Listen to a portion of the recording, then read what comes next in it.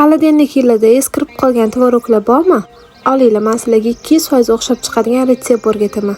Ustasiga baribir deganlaridek retseptimni ham ko'cha fonida o'ra qoldim. Gap bilan deganlaridek retseptni ham boshlay qoling. Eritilgan margarinni venchikda aralashtirib, ustidan shakar solamiz.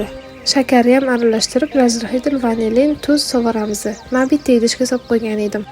Oxirida unimizni solib, yumshoqqina xamir qilib olamiz.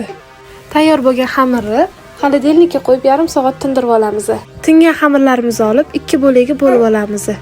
Xamirlarni 1-2 sm qilib yoyib olamiz. Menda kichkina pila bor edi, shundan foydalandim. Sizlar dumalon nima topsanglar, shundan foydalansanglar bo'ladi. Har doimgidek fonga ahamiyat bermaysizlar, chaqalog'im bor. Kesib olgan xamirlarimizni shakarga botirib, 2 ga buklab, yana 2 ga buklaymiz. Videoda ko'rsatganimdek hamma xamirlarni shunaqa qilib tugib olamiz.